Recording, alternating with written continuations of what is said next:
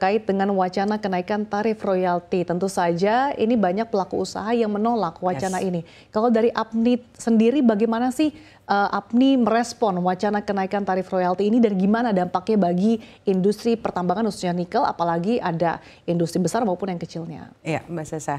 Jadi sudah jelas ya bahwa kami pengusaha pertambangan khususnya nikel tentu saja sangat menolak dengan wacana kenaikan royalti ini. Tapi kami bukan menolak mentah-mentah, tapi kami memberikan solusi yang terbaik karena kami tahu bahwa negara saat ini lagi butuh penerimaan atau masukan dari sisi lain untuk menambah biaya-biaya mungkin yang saat ini banyak program-program baru. Oke, jadi kami dari pelaku usaha pertambangan nikel Indonesia tentu kami juga menilai bahwa sejak tahun 2025 Mbak Sasa kami sudah dibebani dengan begitu banyak kado tahun baru yang sangat amat membebankan kami.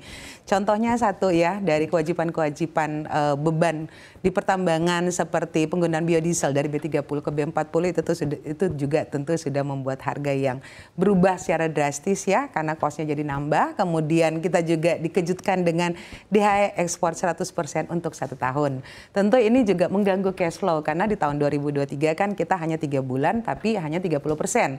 Saat ini harus 1 tahun untuk 100%. Kemudian ditambah lagi dengan saat ini beberapa perusahaan sudah ditetapkan dengan global minimum tax 15%.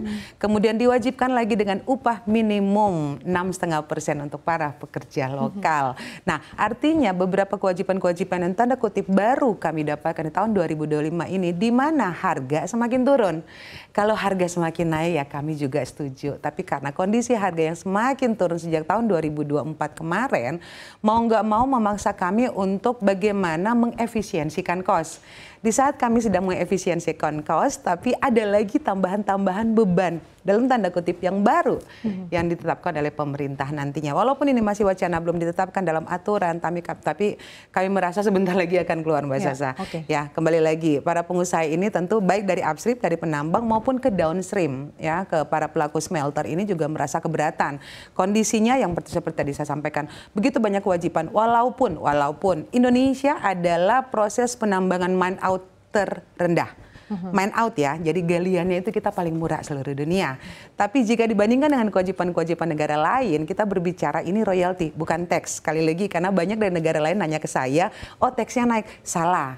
Ya, karena ini non-tax atau PNBP, di mana Indonesia saat ini di 10% saja kita sudah tertinggi untuk royalti PNBP dibanding negara-negara penghasil nikel.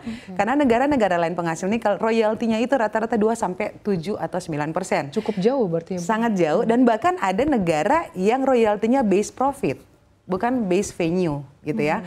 Nah, di 10% saja kami sudah negara tertinggi untuk penempatan royaltinya. Tapi kalau misalnya ditambah lagi dengan royalti 14-19%, 14% itu adalah batas minimum untuk harga HMA 18.000. Pertanyaannya kapan HMA 18.000? Karena kondisi sekarang harga semakin turun. Tapi menurut SDM kan mereka mengeluarkan wacana ini karena sudah melakukan kajian terlebih dahulu dengan melihat bagaimana laporan kinerja keuangan perusahaan. Bagaimana tanggapan Anda, Bu? Ya, mungkin harus dilihat dulu bahwa sisi globalnya dulu Mbak Sasa ya. Karena kondisi kita ini kita harus mikirkan bahwa end market kita kan ada di dunia luar. Kita belum ada produk akhir di Indonesia. Kecuali kita sudah punya produk ujungnya ya di sini. Apa kita sudah punya baterainya, NMC, baterai selnya, bukan baterai prekursornya.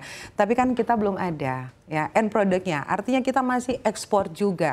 Nah, pertanyaannya kita juga beberapa tahun kemarin sejak tahun 2024 ya, beberapa perusahaan juga malah import biji nikel dari luar karena ada transisi dari RKB 1 tahun dan keterlambatan penerbitan RKB di tahun 2024 karena tadi transisi dari per tahun menjadi per 3 tahun.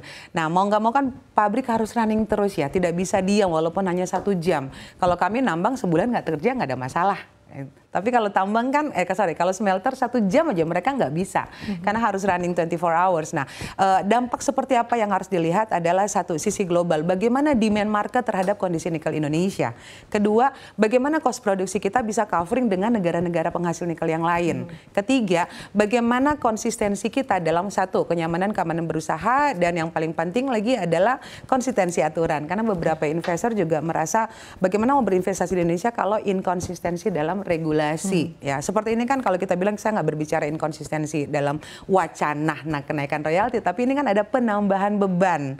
Nah, kalau harga nikel seperti tahun 2022 sampai menembus $25.000 sih kami pengusaha nggak apa-apa ya, nggak apa-apa gitu ya. Cuma kondisi sekarang harga nikel terhadap market global itu semakin menurun, Mbak Sasa.